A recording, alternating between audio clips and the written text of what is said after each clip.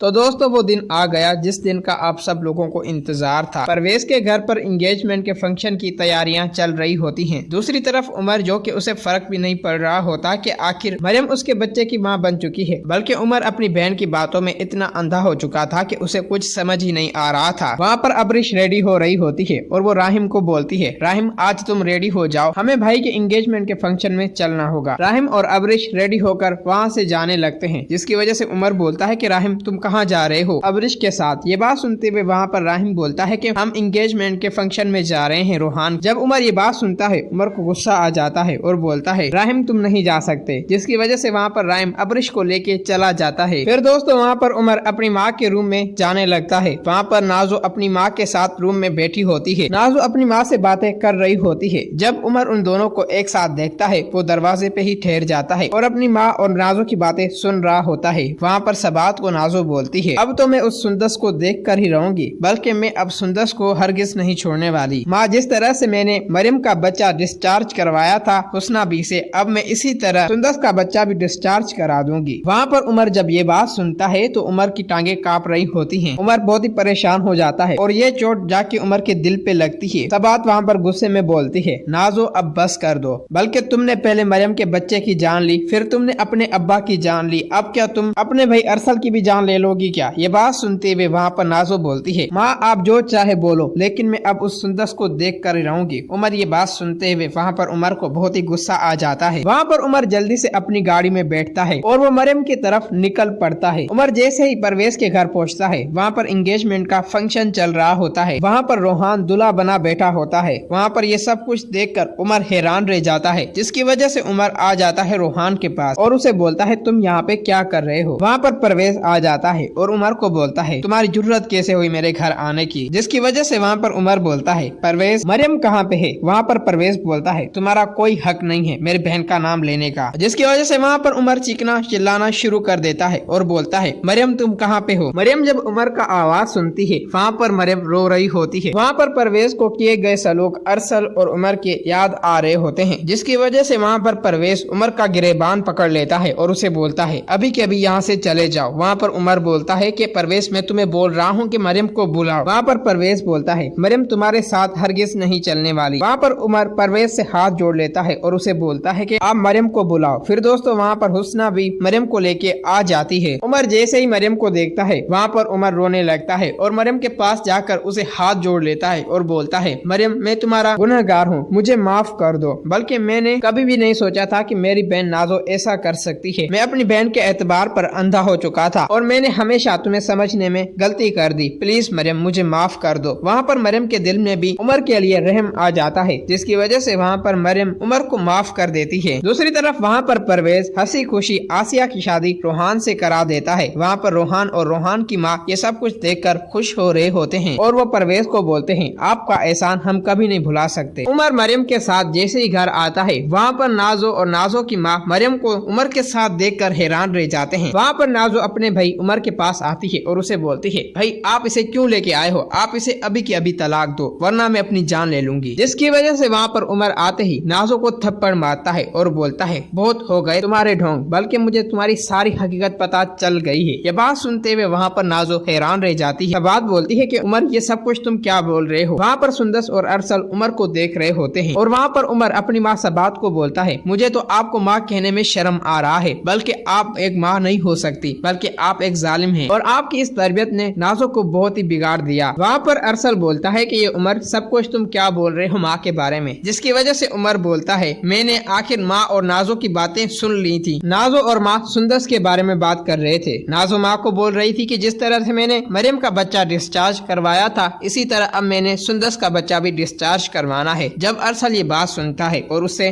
बहुत ही गुस्सा आ जाता है और बोलता है तुम अभी के अभी हमारे घर से निकल जाओ। जिसकी वजह से नाजो वहाँ पर बोलती है तुम्हारे घर में रहना माँ, आप अब मेरे साथ रहेंगी, जो हमारे लिए अब्बा ने घर लिया था। फिर दोस्तों वहाँ पर नाजो अपनी माँ को लेकर चली जाती है।